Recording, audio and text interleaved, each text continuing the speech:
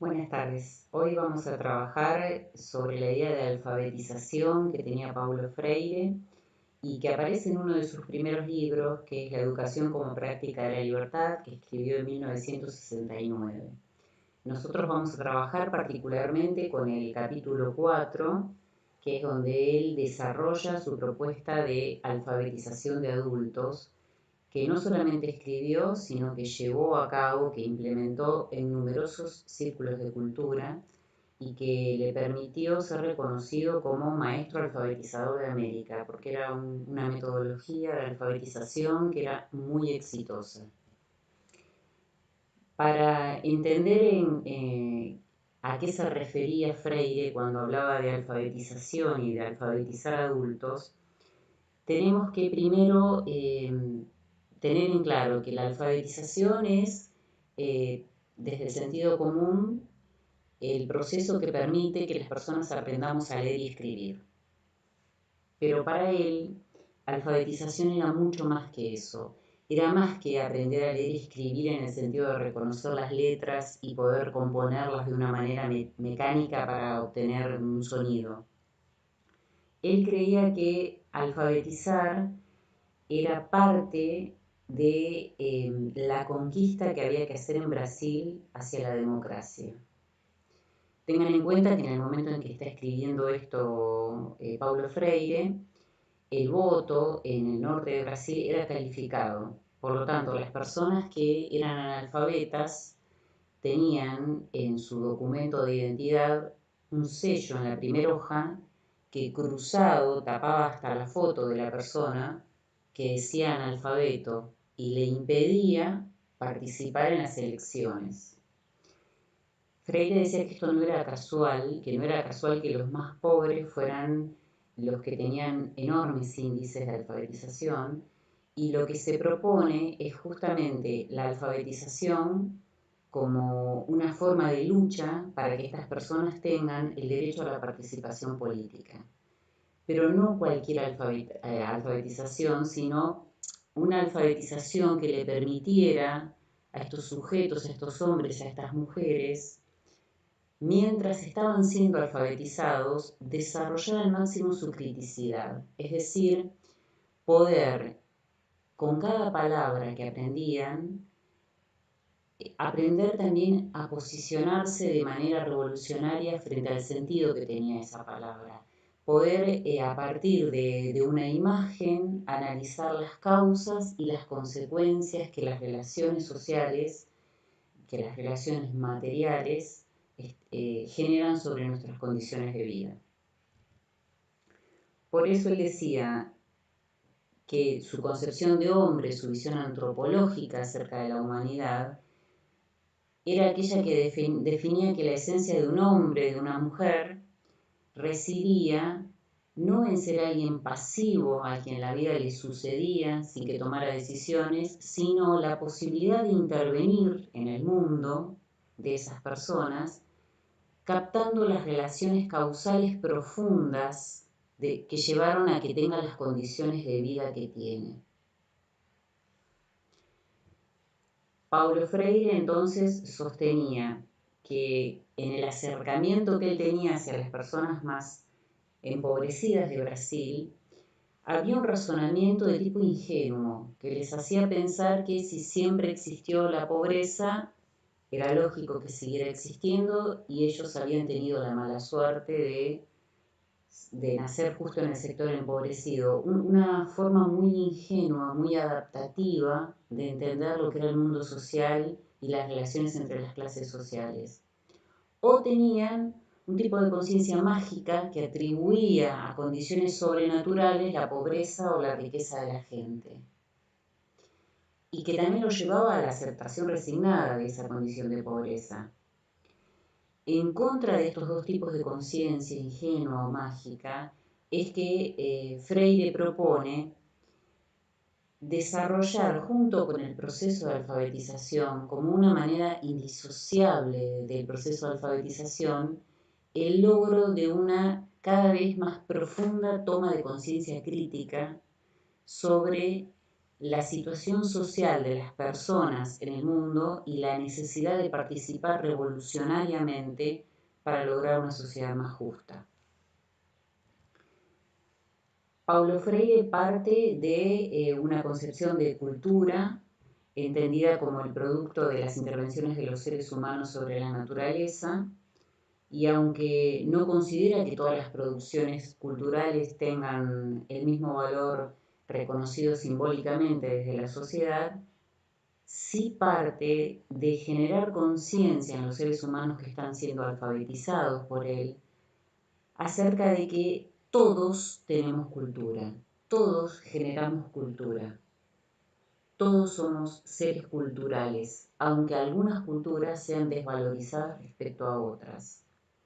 Y que en esa situación de relativa validación de las culturas, la lectoescritura no es una herramienta más, sino que es un medio que le permite a hombres y mujeres acceder al mundo escrito y cada vez estar mejor posicionados, ser en el mundo y poder ser parte del mundo, estar con el mundo.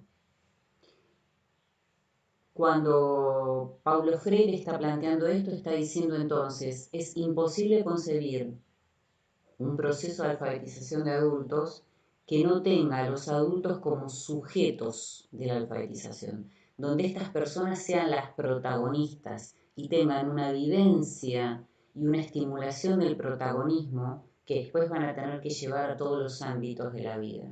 Por lo tanto, los educandos son sujetos del proceso de alfabetización y no objetos de una propuesta vertical. Para eso él propone crear una construcción metodológica que fue muy reconocida y que a veces es simplificada y con esto se la empobrece, que tenía varios pasos. Si él se iba a reunir con un grupo de personas que eran analfabetas y a las que él pretendía acompañar en la construcción de su saber alfabético, proponía 5 etapas de trabajo con ellos y con ellas. La primera era la obtención del universo vocabular de los grupos con los que iba a trabajar. Imagínense que él iba a trabajar con 20 obreros de la construcción. Entonces, en el primer encuentro, lo que se hacía era una especie de sondeo de los vocablos que ellos más usaban, para poder armar una construcción metodológica contextualizada con los intereses y las necesidades de estas personas. Por lo tanto, no había ninguna propuesta de alfabetización que fuera transferible a otro contexto o a otras personas. Todas estaban hechas a la medida de ese grupo.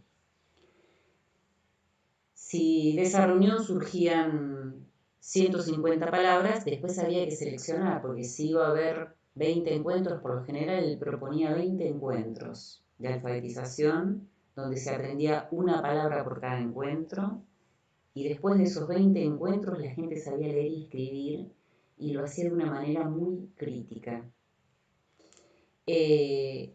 La, el dilema era cómo elegir esas palabras, esas 20.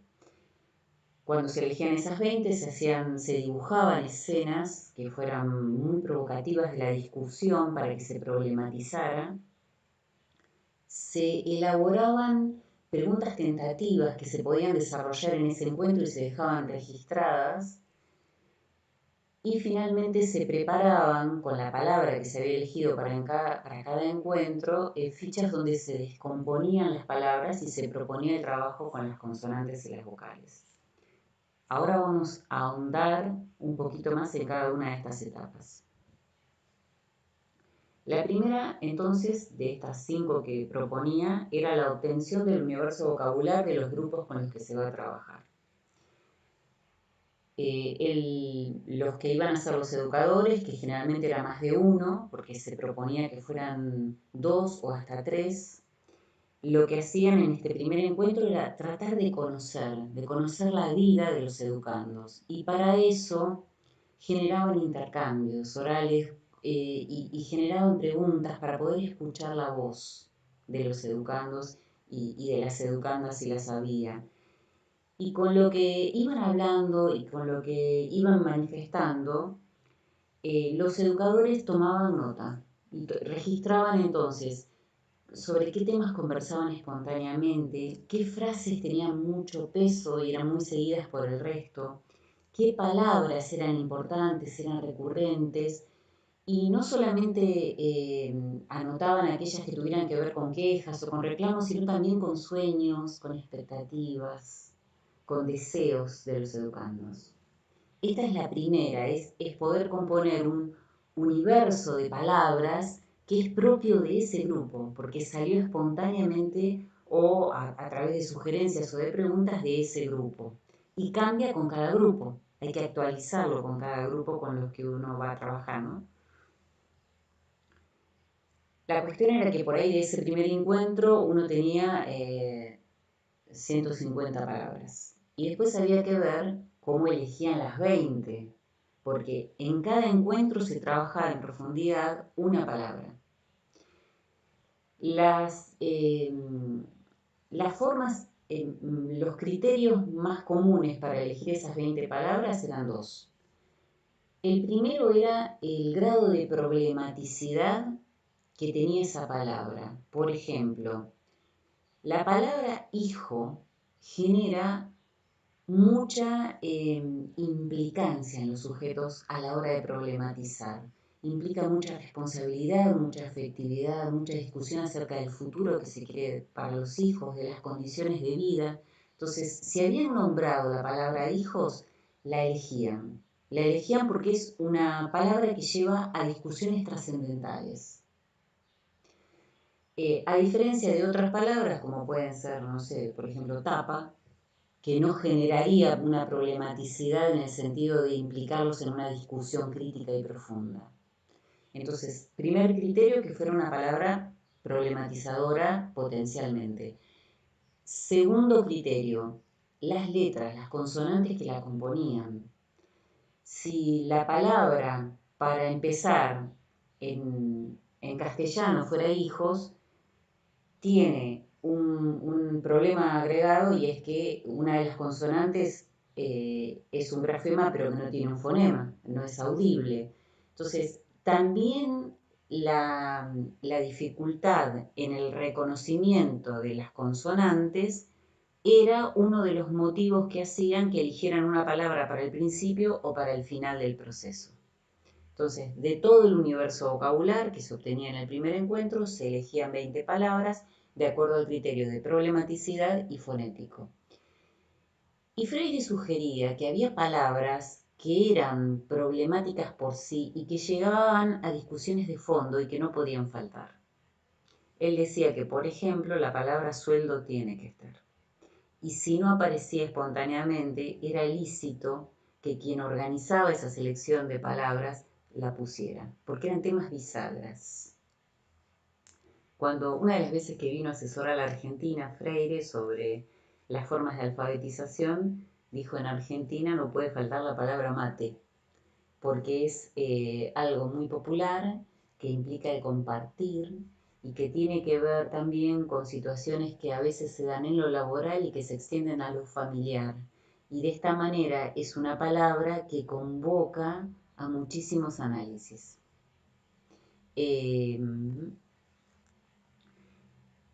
Algunas cuestiones entonces para recuperar. Había ya armado el universo vocabular. De ese universo vocabular, el grupo de educadores elegía las 20 palabras que iban a trabajar clase por clase, por criterios que tuvieran que ver con la problematicidad y con lo fonético. Y, por ejemplo, para la tercera clase habían elegido la palabra ladrillo. Bueno, antes de ese encuentro, ya el grupo de educadores pensaba cómo generar una problematización fuerte acerca de eso. Y una de las mejores formas que encontraron fueron el disparador visual, es decir, crear una imagen, una lámina que representara una situación típica de ese grupo.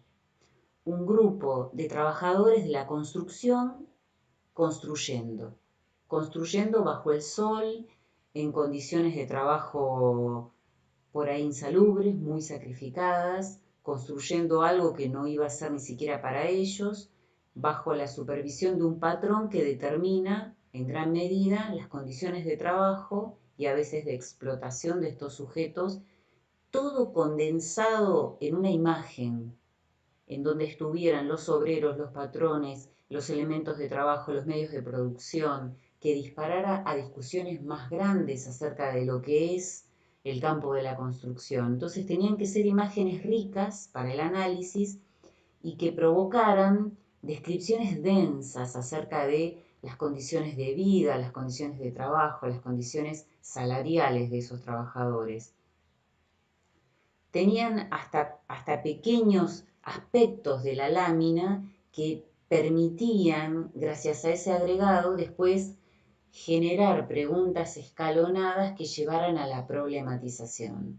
Entonces, llegada esa tercera clase donde aparecía la imagen de ladrillo, sin la palabra todavía, lo que se desarrollaba en esta problematización era el centro de la clase. Para Freire, el momento más rico de la clase era la discusión que se generaba a partir de la discusión de esta imagen. Y las preguntas, por lo general, iban relacionadas con qué tipo de intercambios se producían entre las personas, qué relaciones había entre el entorno y las personas, y para eso no eran preguntas espontáneas ni casuales, sino que lo que hacía es lo que pensamos en la cuarta etapa. Al lado o atrás de esas imágenes se escribían preguntas sugeridas. Eran fichas para los coordinadores que iban a trabajar en las cuales se ponían preguntas que hipotéticamente podrían llegar a generar discusiones profundas que llevaran a desarrollar la conciencia crítica. Y eran preguntas que servían para conducir la discusión, para sacarla de posibles cuestiones que quedaran estancadas en la discusión, para estimular la reflexión, propuestas de cómo superar problemáticas que aparecían frecuentemente cuando se discutían de estos temas, con la condición también de que estas preguntas fueran a modo de sugerencias, como cuando uno anticipa cómo va a dar una clase y los momentos, pero que en realidad depende de quién dé esa clase y le puede agregar otras preguntas que al que las escribió no se les hubieran ocurrido. Y además de eso, no solamente las preguntas estaban pensadas por los coordinadores, sino que muchas veces surgían de los mismos educandos, entonces también se incluían. Esta elaboración de fichas para coordinadores era muy abierta y muy flexible, más como un marco orientador que como una prescripción de qué era lo que había que preguntar. Llegado ese momento del encuentro en el cual se discutía muchas veces apasionadamente acerca de lo que se veía en las imágenes, llegaba un momento en que los mismos educandos decían, sí, nuestra materia prima de trabajo es el ladrillo. ¿Cómo se escribe ladrillo? Y recién ahí aparecía la palabra escrita ladrillo. Ustedes tienen en el libro que usamos como base la palabra escrita en portugués que es tijolo. Esa palabra aparecía en imprenta mayúscula por primera vez después de toda esta problematización que era el centro del encuentro y con esa palabra se hacía un desarrollo de lo que en alfabetización se llama trabajo con la palabra generadora. Una palabra que se descompone, que se analiza, que se separa en sílabas, que se combina con distintas vocales y que se usó como método de alfabetización en los primeros grados de primaria, hará 30, 40 años, pero que todavía convive, en las aulas todavía existe y que implica que una vez que ya se discutió profundamente acerca del significado que tiene la palabra tijolo y las representaciones que tienen todos los educandos, la palabra tijolo o ladrillo, se la escribe, se la separa en sílabas, tijolo, Y a partir de esta separación en sílabas, que fíjense que es una palabra, si ustedes quieren, bastante sencilla para trabajar, porque la T, la J en este caso con la O tiene un solo sonido, en nuestro idioma se confundiría con la G, y la L también tiene un solo fonema, parece grafema. A partir de eso, de ti, jo y lo,